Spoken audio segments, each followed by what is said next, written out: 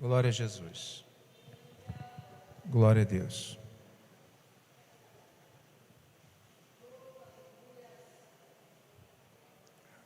Amém? Vou trazer para os irmãos uma palavra.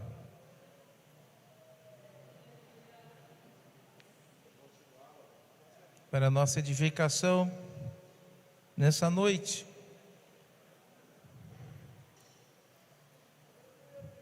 A palavra de Deus, ela é poderosa.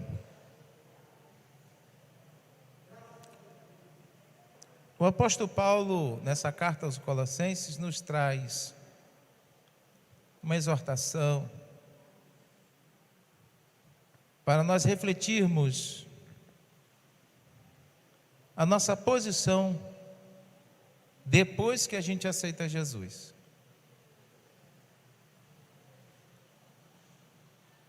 Portanto, se foste ressuscitado juntamente com Cristo, buscai as coisas que são de cima.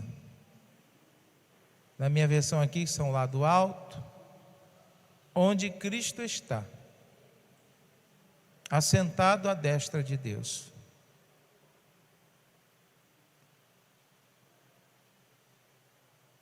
Quando Jesus conversa com Nicodemos, ele fala assim: vos é necessário nascer de novo.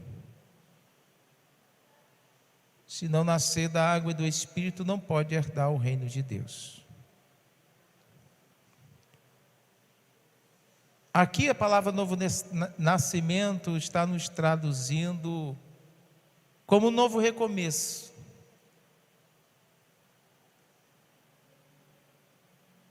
A Bíblia diz que todos pecaram e destituídos foram da glória de Deus. Então quando nós nascermos, a Bíblia fala que em pecado concebeu a minha mãe. A nossa herança adâmica, este corpo que é corruptível, este corpo que é desejoso pelas coisas desta vida da carne, a partir do momento que a gente aceita Jesus, a partir do momento que a gente se rende aos pés do Senhor, a partir do momento que a gente assume um compromisso com Deus, a partir do momento que a gente se batiza, há uma mudança no mundo espiritual. O apóstolo Paulo disse assim: as coisas velhas são passadas, eis que tudo se fez novo. A partir do momento que a gente aceitou a Jesus, a gente precisa mudar o nosso modo de pensar. O nosso modo de agir tem que ser condizente com o que nós somos hoje. Muitos ainda não têm entendido e às vezes demora um pouco para compreender que a partir do momento que a gente aceitou a Jesus, a gente pertence a Ele. Nós fomos livres da condenação do pecado, nós nos tornamos livres das garras de Satanás, mas a gente não é livre para fazer o que a gente quer. A gente trocou de dono. A partir de agora nós pertencemos ao Senhor. E a gente precisa entender que a partir de agora a gente segue uma nova cartilha. O verdadeiro cristão, ele não é moldado mais pelas coisas desta vida. O apóstolo Paulo disse assim: olha, se foste ressuscitado, pensai nas coisas que são de cima. Quando fala de pensar nas coisas que são de cima, ele está dizendo: eu preciso ter meu foco aonde está o meu Senhor. A partir de agora a minha mente é cativa a Cristo. A partir de agora o meu modo de pensar é diferente. Eu sou guiado pela palavra de Deus. Não mais vivo eu, mas Cristo vive em mim. Não é mais o que eu acho, é o que a palavra de Deus me diz que é para fazer. Muitas pessoas ainda não têm compreendido e às vezes vivem um dilema, vivem um conflito. Não consegue se acertar, porque simplesmente ele ainda não entendeu que agora não é mais ele, mas é Cristo na sua vida, e ele precisa fazer a vontade de Deus. Quando a gente entende que é a vontade de Deus que vem em primeiro lugar na minha vida, muita coisa muda, muita coisa melhora, muita coisa acontece.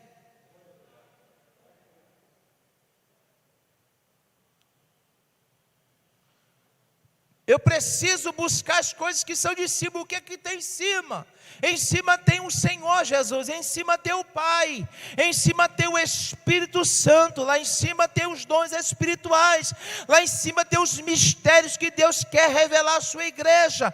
Enquanto mais eu busco as coisas que são de cima, mais eu vou me aprofundando, mais eu vou tendo conhecimento, mais eu vou entendendo qual é a vontade de Deus na minha vida.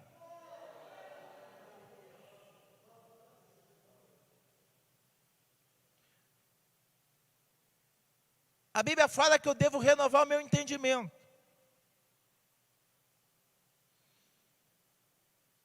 A gente sabe que enquanto nós estivermos neste mundo, haverá uma grande guerra, um grande conflito dentro de você. A Bíblia fala que a nossa carne, ela conspira contra o Espírito. A nossa carne, ela não quer ficar sujeito a nada, ela quer fazer a sua vontade. Mas a Bíblia fala que meu espírito está pronto e ele busca as coisas que são de cima.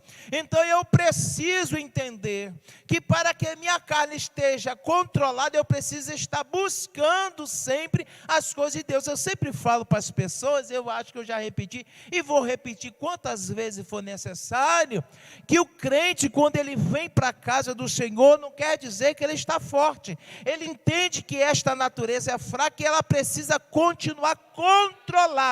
Porque a partir do momento que eu deixo de buscar as coisas que são de cima, a minha natureza começa a buscar outras fontes para satisfazer, e muitas vezes começa a buscar do mundo aquilo que o mundo que oferece, e não satisfaz a minha alma. É como se a gente vivesse uma constante busca. Enquanto eu tiver entendimento de buscar as coisas que são de Deus, e a palavra de Deus, ela nos satisfaz, a palavra de Deus nos alimenta, o Espírito Santo nos fortalece e nos mantém na presença de Deus. Enquanto a gente estiver nesta constância, a gente nunca cai, a gente nunca fraqueja, a gente permanece firme. Mas a partir do momento que eu começo a deixar de buscar as coisas que são de cima, a minha natureza diz: você precisa completar alguma coisa, e muitas vezes é essa hora que o mundo começa a aparecer.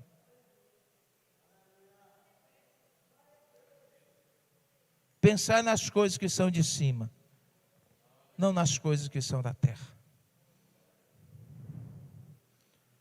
Porque vós morreste e a vossa vida está oculta em Cristo.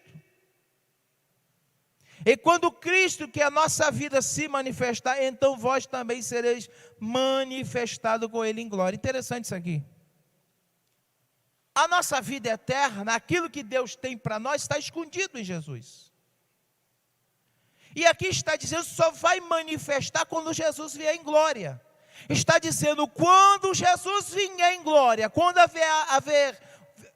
haverá o arrebatamento, quando houver, melhor dizendo, o arrebatamento da igreja, e este corpo seu corruptível se revestir da incorruptibilidade, e você ter o corpo semelhante ao Senhor, e as suas vestes serem transformadas, todo o seu ser, aí você vai ser revelado em Cristo, como você é, aquilo que Deus tem para você, aquilo que Deus tem para a sua igreja, aquilo que Deus tem preparado para nós, desde a fundação do mundo. Então Paulo estava dizendo, vai se manifestar, mas não agora.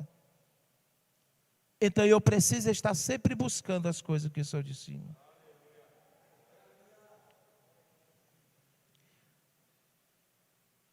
qual é o resultado? Fazeis, pois, morrer a vossa natureza terrena, sepultar o velho homem. Nós sabemos que às vezes é um processo na nossa vida. Ninguém é transformado da noite para o dia. Existem coisas na nossa natureza que Deus trabalha com o tempo. Mas eu quero te dizer uma coisa, mas você precisa ter o interesse de mudar. Tem pessoas que passam anos e anos dentro da casa de Deus e não muda. Não é porque a palavra de Deus não tem poder. Não é porque Jesus não faz, é porque eu não quero. Muitas vezes eu não deixo Jesus trabalhar. Eu não permito que Deus faça algo na minha vida. Eu não abro mão de algumas coisas. Tem gente que acha que Jesus pega a pessoa forçadamente, sacode a pessoa, escova a pessoa, limpa a pessoa, vira pelo avesso. Não, eu tenho que permitir que Ele faça. Por isso que Jesus disse lá em Apocalipse: eis que estou à porta e bato. Interessante que nas várias cartas do apóstolo Paulo, quem tem ouvido, ouça o que o Espírito diz à igreja. Eu sempre falo para as pessoas que Deus, Ele respeita você. Deus nunca vai invadir a tua vida para fazer nada. Ele só vai fazer se você permitir. Ele só vai fazer se você quiser. Se você fazer assim: ó Senhor, eis-me aqui, envia-me a mim, o Senhor disse: eu vou te enviar.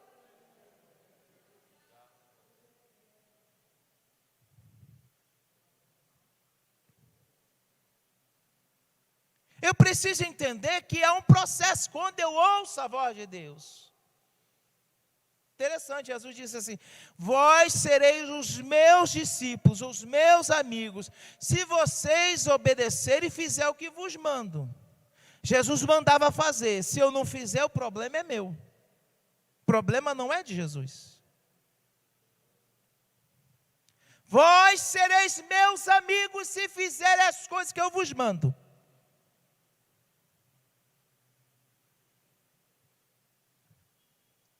Então é isso que eu preciso entender. Buscar as coisas que são de cima, ter interesse pelas coisas de Deus.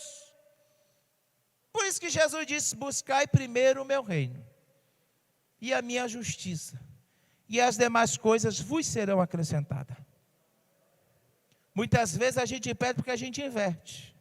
A gente busca primeiro as coisas desta vida, e depois, se sobrar um tempo para Deus, eu faço as coisas para Ele. E é um erro muito grave. O pastor até fala muito: quem vive sem tempo para Deus é viver perdendo tempo. Quando Jesus nos chamou, Ele não chamou a gente para ficar uma vida ociosa, não. Quando Jesus te resgatou, não foi para você ficar somente parado não, estagnado não. Ele te chamou e disse: olha, eu vou chamar vocês, e para que vocês dêem muito fruto. Jesus estava dizendo: eu chamei vocês para ser meus discípulos, mas é para vocês fazerem a minha vontade. Qual é a minha vontade? Fazer novos discípulos, pregar o meu evangelho, falar do meu amor, ser o exemplo dos fiéis, mostrar para o mundo a luz, mostrar para o mundo que você é sal, mostrar para o mundo que é melhor me servir, mostrar para o mundo que eu sou o Senhor, que eu sou o Salvador. Essa é a vontade de Deus. Pois morrer na vossa natureza terrena. Tem que morrer. O que, pastor? Prostituição, impureza, paixões lascivas, desejos malignos, avareza, que é idolatria. Por causa dessas coisas vem a ira de Deus. A gente precisa entender que a partir do momento que a gente aceitou Jesus, a gente tem que abolir certas práticas da nossa vida. Ah, pastor, a carne é fraca, mas o espírito está pronto.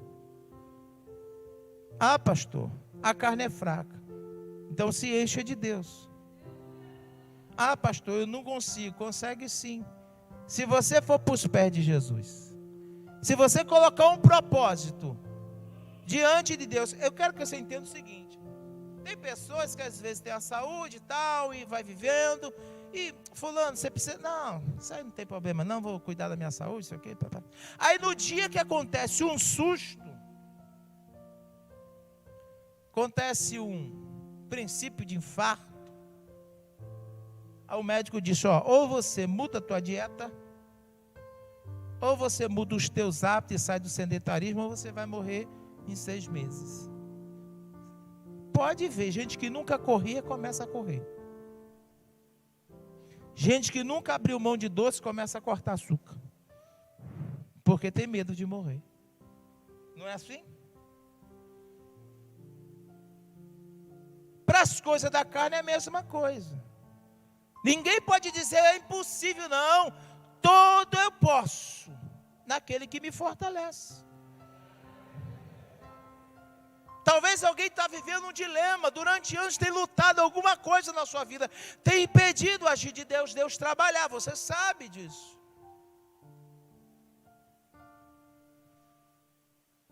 E às vezes não entende, Senhor, como é que eu vou vencer isso? Eu vou para a tua casa, eu busco, eu me encho, só que na outra semana eu estou vazio. E eu aprendi uma coisa, e eu quero que você entenda nisso. Para o vaso ficar cheio mais tempo, ele não pode ter rachadura. O vaso não pode ter buraco. E essas rachaduras, quando surgem, são muitas vezes as coisas desta vida que nos impedem de ser cheio de Deus, de viver uma vida plena com Deus, de ter experiência com Deus, de ser batizado com o Espírito Santo. Vivemos uma geração que o batismo do Espírito Santo está sendo a coisa mais rara. Por quê? Porque muitas vezes as coisas da vida têm sido prioridade. Eu não tenho dado prioridade para Deus. Eu não tenho buscado as coisas que são de cima, como deveria buscar. Eu busco assim, quando dá, quando eu vou para a igreja, quando tem uma festa, quando alguém me pede, eu até oro um pouco mais. Às vezes o líder pede um jejum, eu até faço, mas não é uma coisa comum da minha vida. Não estou fazendo como eu deveria, é uma dificuldade. Mas a partir do momento que eu colocar um propósito no meu coração, de Senhor, a partir de hoje, Senhor, a partir de agora, a partir desse momento, eu vou tomar uma decisão diante de Ti, e tudo aquilo que eu sei que o Senhor não está se agradando, eu vou abolir da minha vida, e agora eu vou Te servir como o Senhor quer. Aí eu comecei a buscar as coisas que são de cima. Eu comecei a priorizar o reino de Deus. Às vezes as pessoas pensam assim, eu vou buscar as coisas de cima, e a minha vida, Jesus cuida de você, Ele sabe o que você precisa. Se você é solteiro, Jesus sabe quem vai ser a pessoa que Ele vai te dar. Se você tem um trabalho, Ele sabe como Ele vai cuidar do teu trabalho. Se você tem algumas prioridades, algumas coisas que precisam ser resolvidas, Jesus, Ele resolve, Ele vai na frente. Não se preocupe. Às vezes Jesus quer fazer coisas grandes, mas a gente não dá prioridade para Ele, porque dá a impressão lá no fundo, se eu buscar as coisas de Deus, eu vou ficar para escanteio. Se eu ficar buscando muitas coisas de Deus, a minha vida vai ficar para trás. Não, Deus tem um caminho para você. Às vezes a gente acha que o nosso sucesso vai ser em A, em B, mas o nosso sucesso estará em Cristo, porque quando nós fazemos a sua vontade, Ele garante os demais.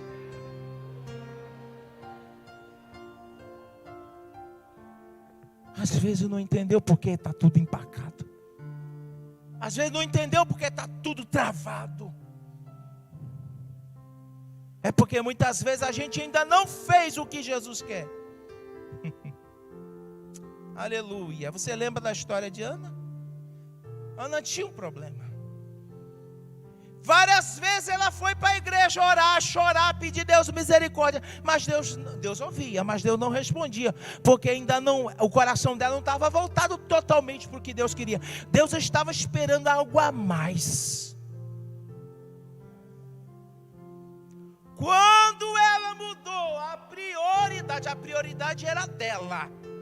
Ana, é a minha prioridade, é a minha vergonha, é a minha humilhação, é eu. Mas ela mudou, disse: Senhor, se tu me der, eu vou te devolver, porque te pertence. Jesus disse: agora sim.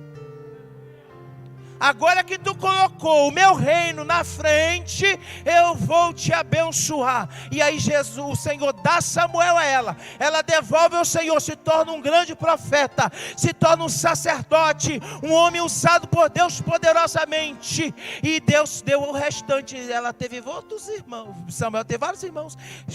O Senhor deu a ela muitos filhos. Ela não ficou só. Porque deu a impressão que eu vou dar a este filho e eu vou ficar sem nada. Eu vou ficar de novo sozinha, por mais que eu tenha tido um filho. Mas Deus não trabalha dessa forma. Deus faz muito além do que você pensa ou que você imagina.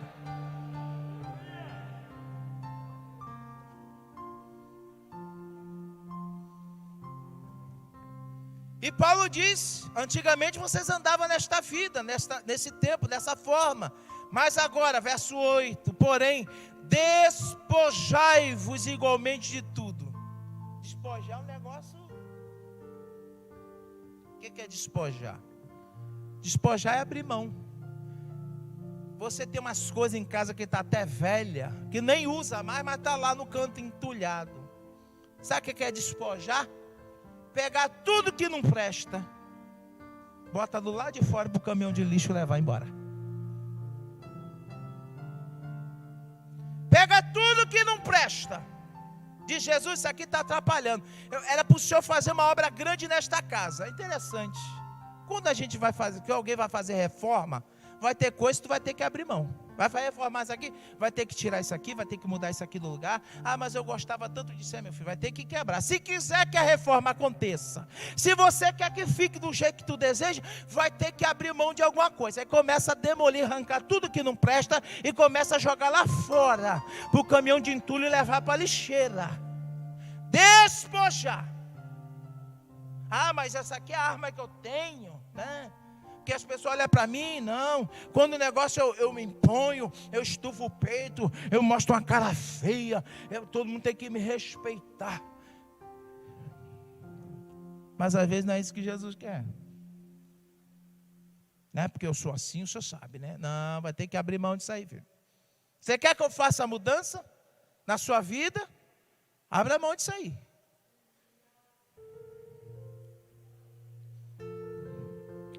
Porém, despojai-vos igualmente, tanto do pecado, mas das minhas coisas: ira, indignação, maldade, maledicência, linguagem obscena do vosso falar. Tem crente que aqui dentro da glória é Jesus, mas lá fora só misericórdia. Se for gravar para ouvir o que fala, só o sangue de Jesus. Quando fala de coisa obscena, não só está falando de conotação, de piada com duplo sentido, não. Palavra obscena é tudo aquilo que menospreza o outro, que rebaixa o outro, que ofende o outro. Tudo aquilo que muitas vezes vai envergonhar o evangelho, o linguajar chulo. Agora eu vou pegar um pouquinho pesado, gíria. Eu sou do Rio de Janeiro. Se vocês, não sei se, quem já foi aqui no Rio? Quem já foi no Rio? Como é que é o sotaque de carioca? É praticamente como se fosse uma gíria só, né? Nasci e me criei lá, mas nunca utilizei gíria. O meu linguajar tem que ser santo. Sabe por quê? Porque o mundo te observa. Você talvez não está vendo, mas você é observado todo instante. E você precisa entender que quando você tem a autoridade de Deus, ninguém pode apontar você. Mas quando a gente vive de um jeito que não condiz, ou que a gente está misturado, a gente perde a autoridade de falar de Jesus. Porque se chegar para falar, alguém diz: você é crente? Desse jeito? Falando assim? Começa a apontar tudinho que tu achava que ninguém estava vendo. E você fica envergonhado.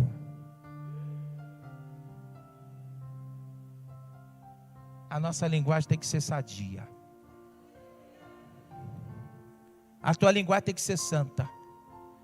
Você tem que falar algo que produza algo de interessante, que as pessoas tenham o gosto e a vontade de estar perto de você, para que quando você abrir a sua boca, Deus falar através de você. Quando alguém se aproximar de você, talvez se lamuriando, angustiado, reclamando da vida, você tem uma palavra de esperança, você tem uma palavra de refrigério, você tem uma palavra de Deus para aquele coração que está ferido.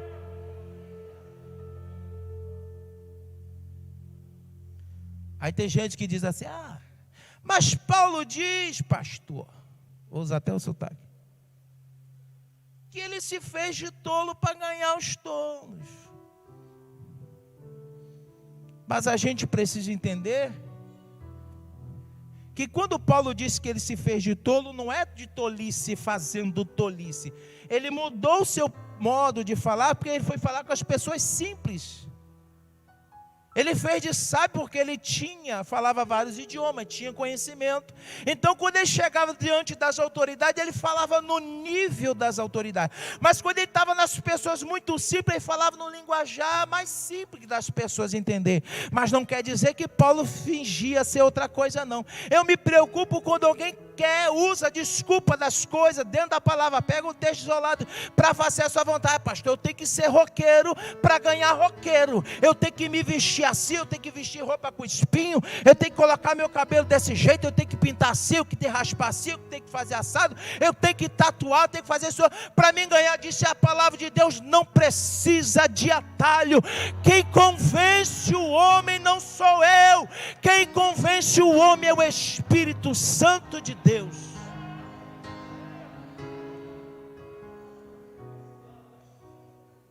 Aí eu vejo umas coisas por aí, eu digo: Jesus, não é isso, nunca foi.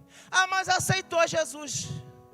Mas a questão não é somente vir para a igreja, é começar a dar fruto, é ter uma transformação, porque vir do mundo e continuar do mesmo jeito que está no mundo não resolveu absolutamente nada. Porque aqui está dizendo que eu tenho que ressuscitar com Cristo. A partir do momento que eu ressuscitei com Cristo, eu começo a pensar as coisas que são de cima, não das coisas que são da terra.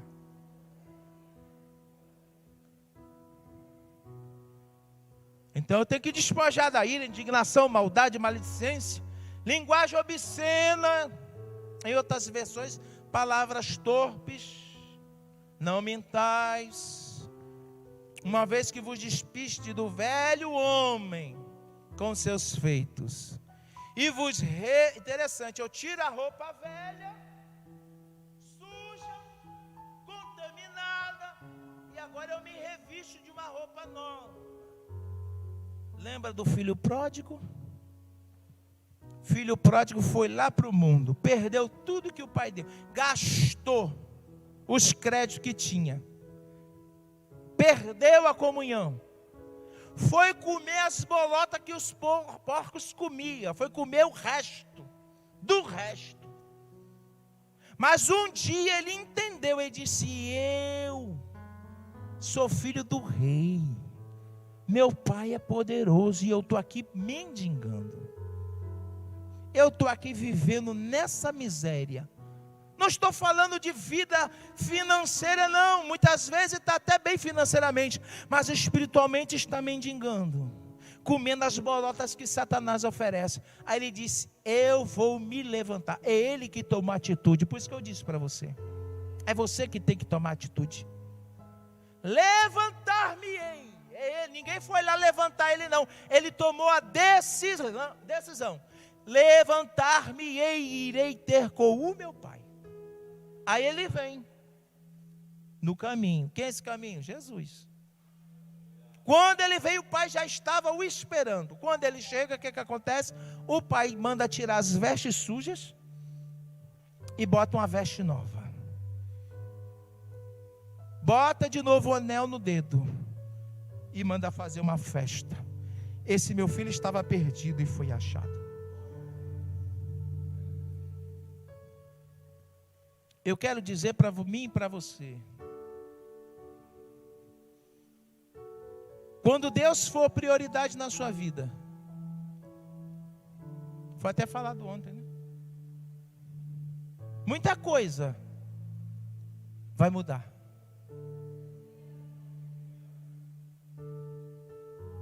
Quantos de nós aqui tem promessas de Deus?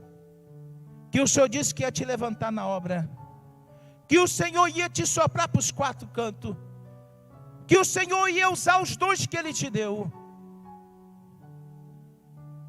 E às vezes você fala, mas Senhor, o Senhor disse que ia fazer isso tudo e eu ainda estou aqui parado. É porque muitas vezes a gente ainda não se levantou. A gente ainda não tomou a posição. A gente ainda não se despiu do velho homem. Mas que a partir de hoje, como foi falado durante esses dias, esse ano, que priorize primeiro o reino de Deus. Busque as coisas que são de cima. Se encha de Deus. Não é batizar com o Espírito Santo? Busque o batismo. Deus tem dons para mim e para você. Deus tem coisas maravilhosas para revelar para você, através de sonhos, através de revelação, através da sua palavra.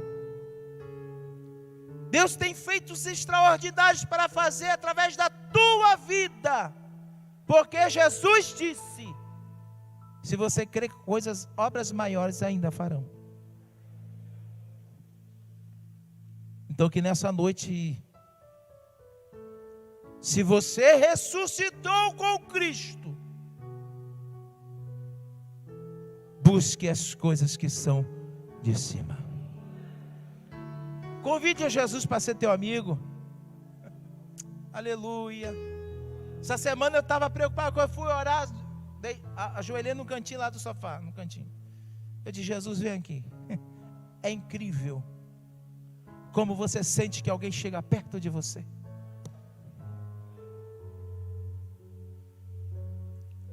E Ele quer se revelar para você. Ele é uma fonte inesgotável. A gente não tem noção. A gente não tem noção do que Deus tem. E muitas vezes a gente não entende. Se a gente entendesse, a gente estava no outro nível espiritual. Aleluia. Então eu te convido nessa noite. Que Deus te abençoe.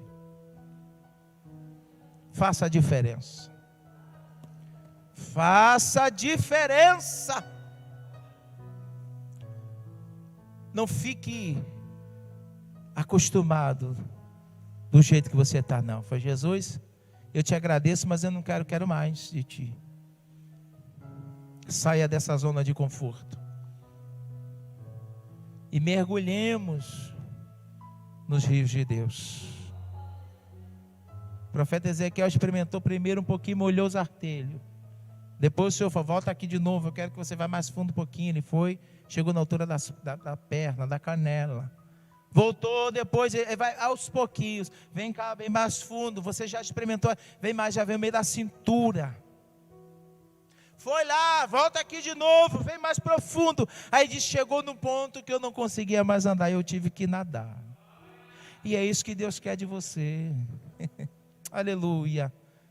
Que você mergulhe na presença de Deus. Amém? Deus nos abençoe nessa noite. Que o Espírito Santo de Deus fale mais ao teu coração. Coloque Deus nos teus projetos, coloque Deus na tua vida. E as coisas vão melhorar.